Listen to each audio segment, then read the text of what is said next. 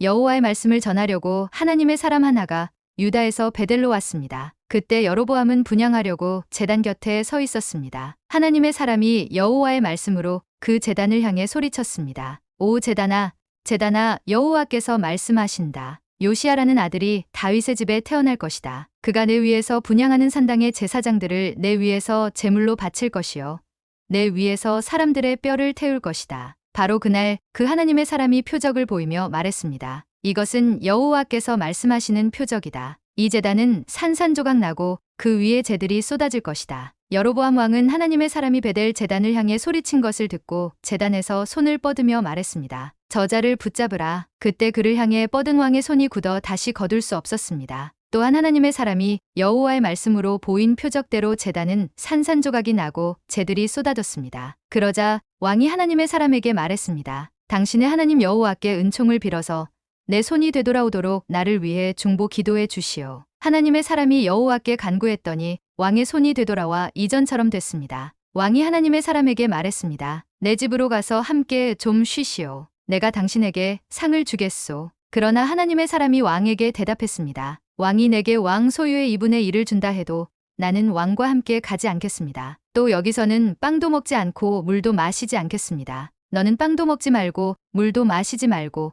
내가 왔던 길로 돌아가지도 말아라는 여호와의 명령을 내가 받았기 때문입니다. 그러고는 베델로 왔던 길이 아닌 다른 길로 돌아갔습니다. 당시에 베델에는 나이 많은 한 예언자가 있었습니다. 그의 아들들이 와서 하나님의 사람이 그날 베델에서 한 일을 모두 그에게 말해 주었습니다. 그들은 또한 그가 왕에게 한 말에 대해서도 그 아버지에게 이야기했습니다. 그 아버지가 그들에게 물었습니다. 그가 어떤 길로 갔느냐? 그 아들들이 유다에서 온 하나님의 사람이 어느 길로 갔는지 보았기 때문입니다. 그러고는 그가 아들들에게 말했습니다. 나귀의 안장을 얹으라. 그들이 나귀의 안장을 얹자 그는 나귀를 타고 하나님의 사람을 따라갔습니다. 예언자는 상수리나무 아래에 앉아있는 그를 발견하고 물었습니다. 당신이 유다에서 오신 하나님의 사람입니까? 그가 대답했습니다. 그렇소. 그러자 그 예언자가 그에게 말했습니다. 내 집으로 가서 함께 빵을 좀 드십시다. 하나님의 사람이 말했습니다. 나는 당신과 함께 돌아갈 수도 없고 당신 집에 들어갈 수도 없소.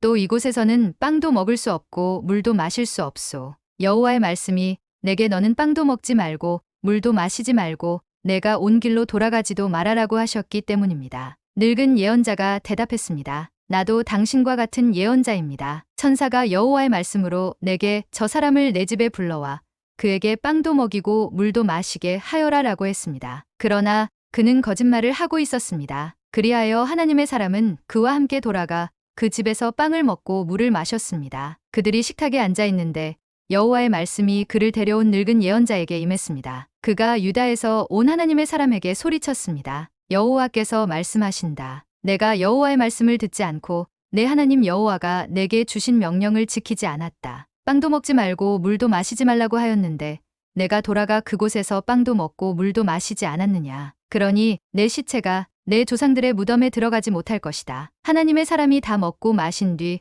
그 예언자는 자기가 데려온 하나님의 사람을 위해 나귀의 안장을 얹었습니다. 그 하나님의 사람이 길을 가는데 가는 길에 사자를 만나 죽임을 당했습니다. 그의 시체가 길에 나뒹굴었고 나귀와 사자가 함께 그 곁에 서 있었습니다. 그곳을 지나가던 사람들이 시체가 길에 나뒹굴고 시체 곁에 사자가 서 있는 것을 보고 가서 그 늙은 예언자가 살고 있는 성에 알렸습니다. 잘 가고 있던 하나님의 사람을 데려왔던 예언자는 그 소식을 듣고 말했습니다. 그는 여호와의 말씀을 듣지 않은 하나님의 사람이다. 그러므로 여호와께서 그를 사자에게 넘겨주셔서 사자가 그를 찢어 죽인 것이니 여호와께서 그에게 말씀하신 대로 됐다. 예언자가 아들들에게 말했습니다. 나귀의 안장을 얹으라. 그들이 나귀의 안장을 얹자 그는 나가서 그 시체가 길에 나뒹굴고 나귀와 사자가 곁에 서 있는 것을 보았습니다. 사자는 시체를 먹지도 않았고 나귀를 찢지도 않았습니다. 그 선지자는 하나님의 사람의 시체를 수습해 나귀에 얹고 다시 자기 성으로 데려와서 애곡하고 묻어주었습니다. 그는 시체를 자기 무덤에 안치하고